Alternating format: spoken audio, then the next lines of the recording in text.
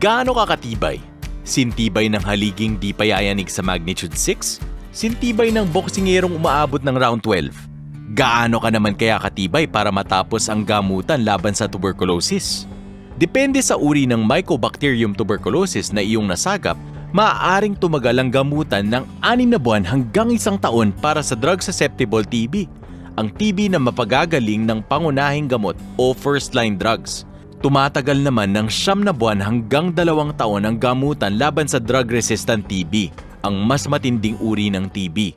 Ang TB ay nagagamot, pero dapat araw-araw mong iniinom ang iyong mga gamot sa takdang oras o ayon sa payo ng iyong doktor. Kung may maramdaman kang side effects tulad ng pagkahilo, pagsusuka o pangangati, ipaalam sa iyong treatment partner, nurse o doktor. Nalulunasan ng mga side effects na ito kaya huwag kang susuko, huwag kang bibitaw.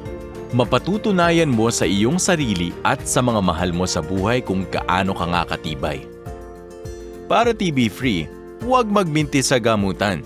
Tibayan ang iyong dibdib.